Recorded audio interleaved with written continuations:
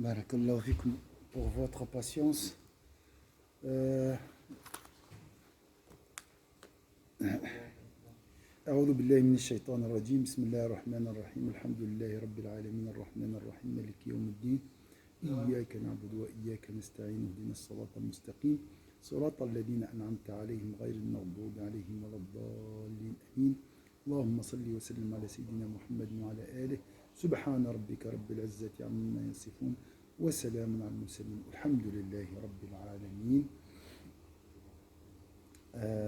Inch'Allah, au début de ce petit rappel, Inch'Allah, rappelez-vous l'importance de la sincérité.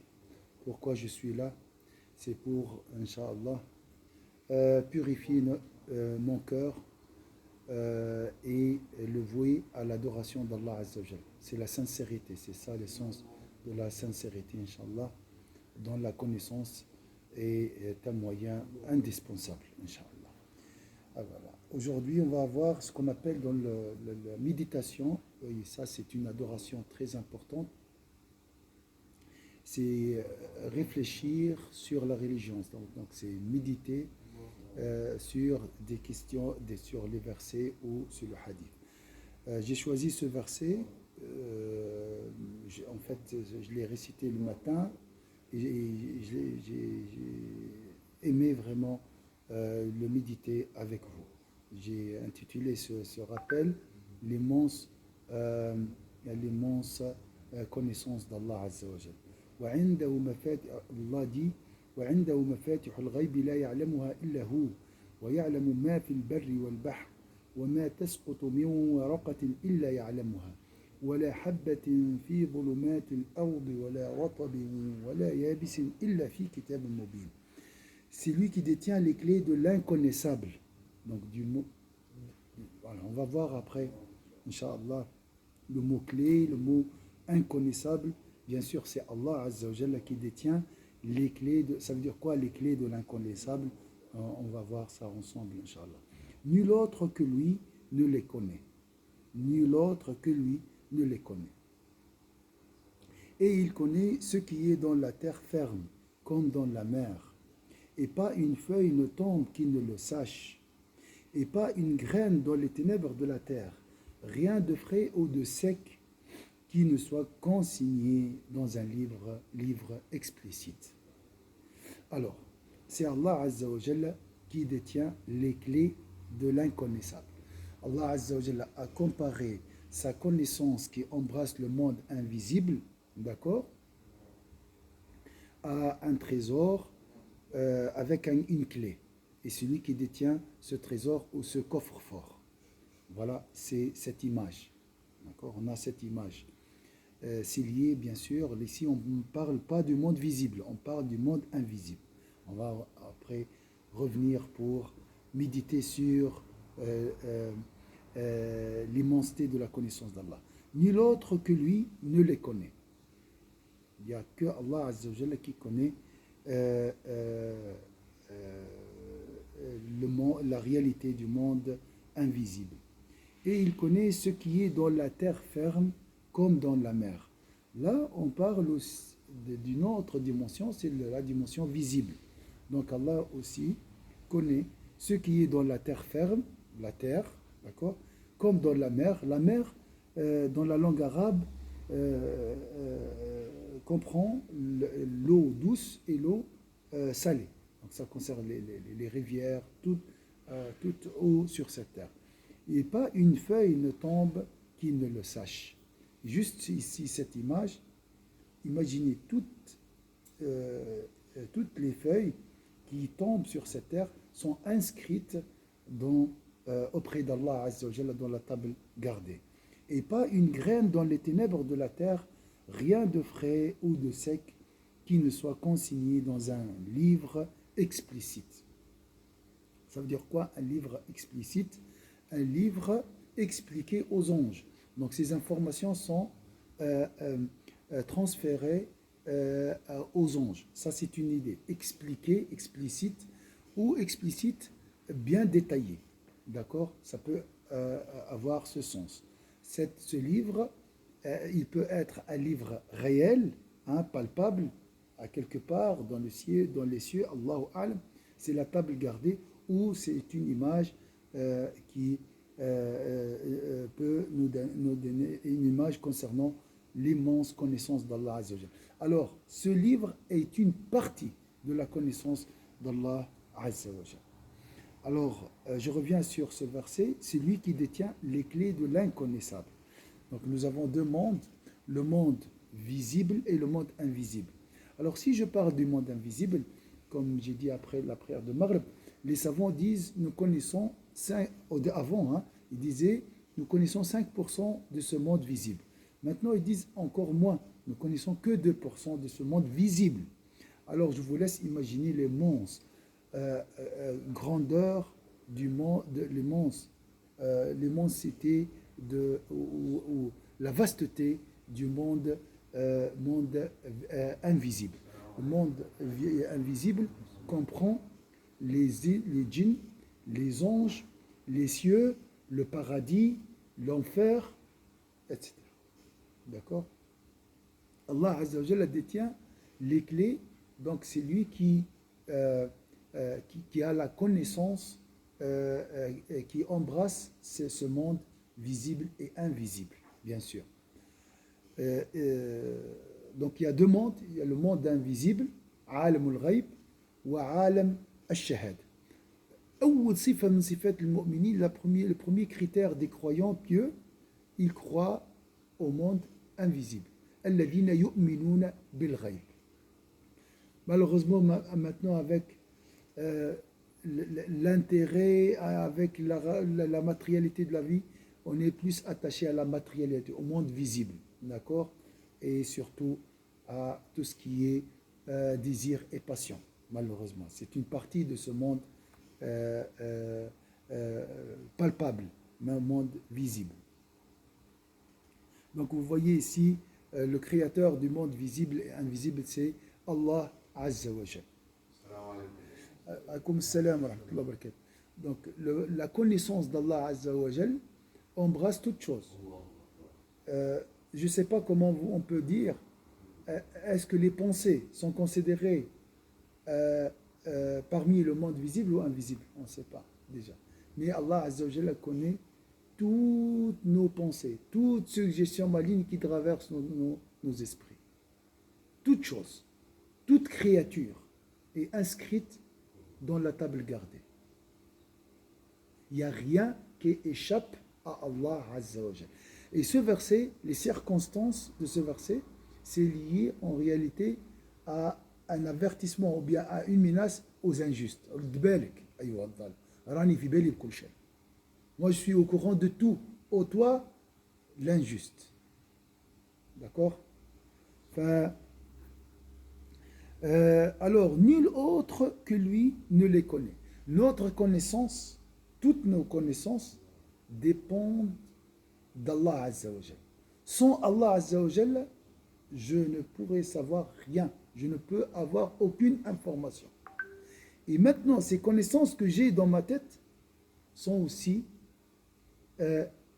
grâce à Allah Azza wa Jal. Je garde ces informations. À tout moment, avec kun, tout disparaîtra. Est-ce que c'est clair ici? Il ne faut jamais dire je connais. Je connais grâce à Allah. Donc, alhamdulillah, il m'a offert cette science et m'a aidé à garder cette science jusqu'à maintenant. Donc ça, c'est une grâce d'Allah Azza wa Jal. Donc ça, c'est la première partie. Deuxième partie, il parle du monde visible. Il connaît ce qui est dans la terre. Toute chose sur cette terre est inscrite dans la table gardée. Comme dans la mer. Imaginez les créatures dans la mer. Et pas une feuille ne tombe qu'il ne le sache. Imaginez le nombre des feuilles qui tombent sur cette terre. Subhanallah. C'est juste une image pour dire les atomes, toute chose qui existe maintenant est inscrite dans ce livre explicite. Et pas une graine dans les ténèbres de la terre, rien de frais ou de sec qui ne soit consigné dans un livre explicite. Donc, alhamdulillah, heureusement que c'est Allah Azza wa Jalla qui détient cette connaissance. Imagine, imagine, je connais ce que tu as dans le cœur, ce que tu as dans ton cœur. Parce que ça fait partie du monde inconnaissable. Imagine, je vois qu'est-ce que tu caches dans ton cœur. Et tu vois qu'est-ce que je cache dans mon cœur. C'est horrible, hein. On ne peut pas savoir. On ne peut pas survivre. D'accord? Ou j'arrive à voir les djinns et les anges autour de nous qui sont là maintenant. Alhamdulillah, Allah Azza wa Jalla m'a voilé cette connaissance et l'a gardée à lui-même. Donc c'est une rahma pour nous, c'est une miséricorde pour nous. Et là, quand on parle de la connaissance d'Allah Azza wa Jalla, on parle du pouvoir d'Allah Azza wa Jalla. Celui qui a la science a le pouvoir sur cette terre. On est d'accord. Celui qui a les centres de recherche et tout a le pouvoir, hein, sur cette terre. Pour Allah, l'exemple est sublime. Allah, imaginez le pouvoir d'Allah Azza wa Jalla. Hein? Subhanallah. Il a le pouvoir sur toute chose. C'est pour ça, c'est lui le roi. Hein? Et vu qu'il a les dossiers, hein, il a tout, son jugement dans la vie de l'au-delà sera juste. Parce qu'il a la connaissance détaillée, parfaite. Il n'y a rien qui lui échappe. Est-ce que c'est clair ici? Il n'y a rien qui échappe à Allah Azza wa Jal. Tu ne peux pas esquiver la justice divine. Donc tu dois faire attention quand on parle de la connaissance, de la science d'Allah Azza wa Jal. Il est au courant de tout. Ça c'est dans le négatif. Mais dans le bien aussi, tu seras bien récompensé.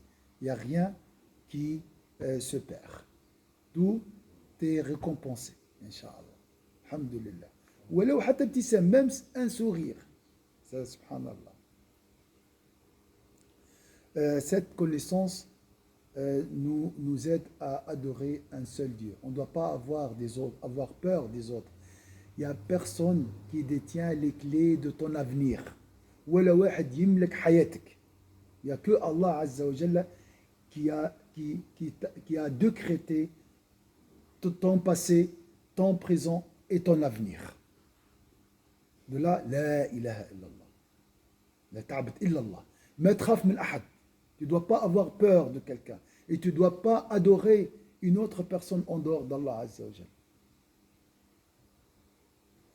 Jalla. Dans le dua al-istikhara, on dit bi'ilmika al-ghayb.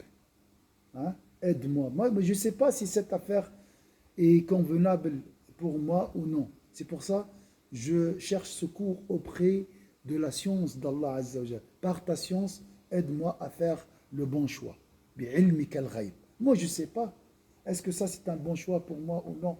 Est-ce que cet homme est pour moi ou non? Est-ce que cette femme, est-ce que ce travail, Allahu A'lam. Donc toujours, qu'est-ce qui va me faire cette personne? Allahu A'lam. Toujours, je dois aller vers Allah Azza wa Jal. C'est un travail en fait permanent qu'on doit pas oublier. Quand tu vois une bouteille comme ça, tu dis cette bouteille, sa position, sa fabrication, ses atomes, tous les détails liés à son dossier, subhanallah, sont inscrits dans la table gardée dans ce livre explicite. Imaginez ce livre, hein, si c'est vraiment, ou un disque dur, ou toutes ces informations. Et même les informations liées aux serveurs, aujourd'hui on parle de serveurs géants et tout ça, et ces serveurs eux-mêmes, ils sont inscrits dans la table gardée. Subhanallah. Tout est inscrit dans la table gardée. Et tout ce qui est inscrit dans la table gardée doit être exécuté sur cette terre. كل ما هو مكتوب في اللوح المحفوظ لابد أن تراه العين في هذه الحياة.